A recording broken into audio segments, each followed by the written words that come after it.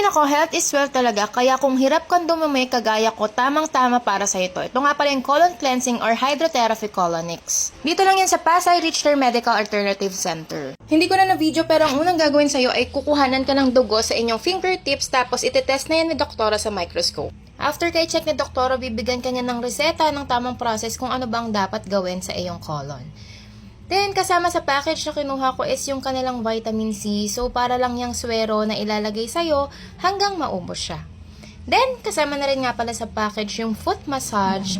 Meron siyang konting ground. Meron ding isa pang gagawin is yung may papahawak sa'yo na parang may ground din.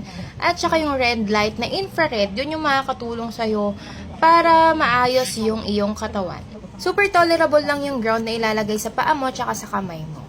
Kasi na-adjust naman siya. Then, pumasok na ako dito sa kanilang room kung saan gagawin yung colonix therapy sa akin. Sobrang linis nung room nila and mababait din yung mga staff. So, ito na yung start.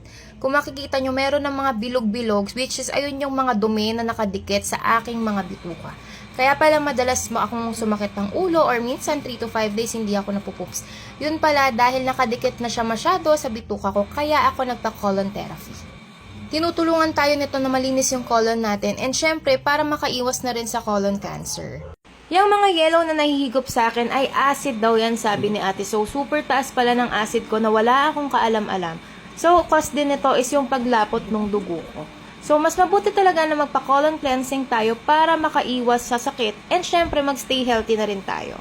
Kasama nga din pala sa package na to is yung ventosa. Ayan siya, ganyan siya. Sisip-sipin naman ito yung mga lamig sa katawan mo para makalabas yung mga dumi sa katawan mo. And next dito is yung sauna steam. Isa to sa favorite process ko, kaya naman kung constipated ka rin gaya ko, magpa-check ka na ng colon mo, pumunta ka na dito sa Pasay City lang yan.